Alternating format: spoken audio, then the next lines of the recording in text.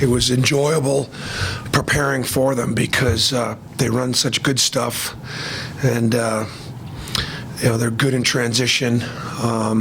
They're multiple defensively. The changing defense between the 1-3-1 and the man is effective. It bothered us a little bit more than I thought it would, but. They were physically dominant tonight against us. They outscored us by 22 on the boards and outscored us by,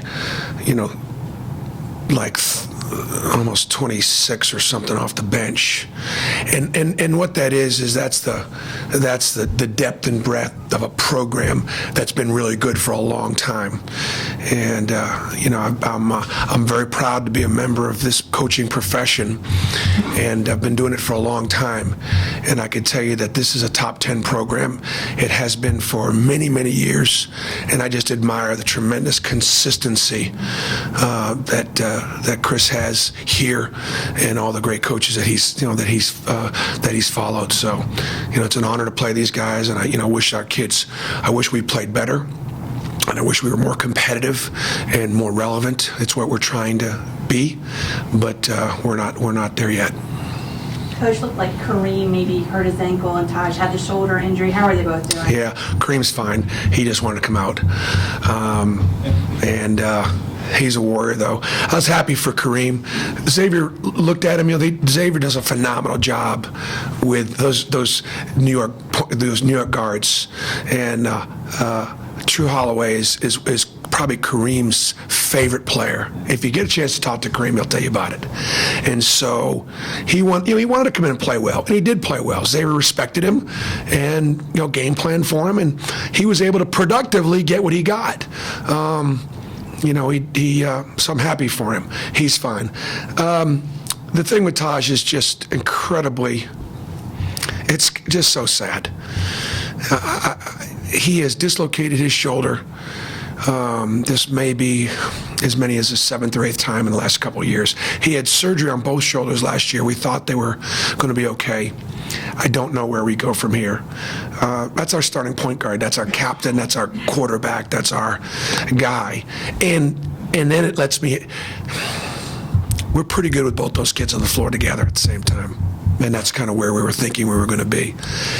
And so we don't have him. But I'm not focused. I just feel terrible for Taj. I don't know when he's going to be able to come back and how long he's going to be out again. But if it keeps going out, at some point we're going to have to shut him down like we did last year. How much did it affect you when Tyler Harris picked up so many early fouls and then fouled out? Yeah, it was very effective. They did a good job against Tyler. They knew we were going to try to go inside against Blewett, and they did a good job. We weren't very creative in going in there. I didn't do a good enough job of getting some better looks for him. And he's one of our best players, and he's had 3 double-doubles, I think, 3 straight, right? And so Xavier did a great job against him. There were a few fouls that he had in the second half that were fouls he should have stayed away from. As a senior playing in foul trouble, he should have stayed away from a couple of those fouls, so we could have had him on the floor longer. Anybody else? I just have one last question. As you're game planning for Xavier, how do you account for just their depth and their ability to be productive at every position? Well, it's hard.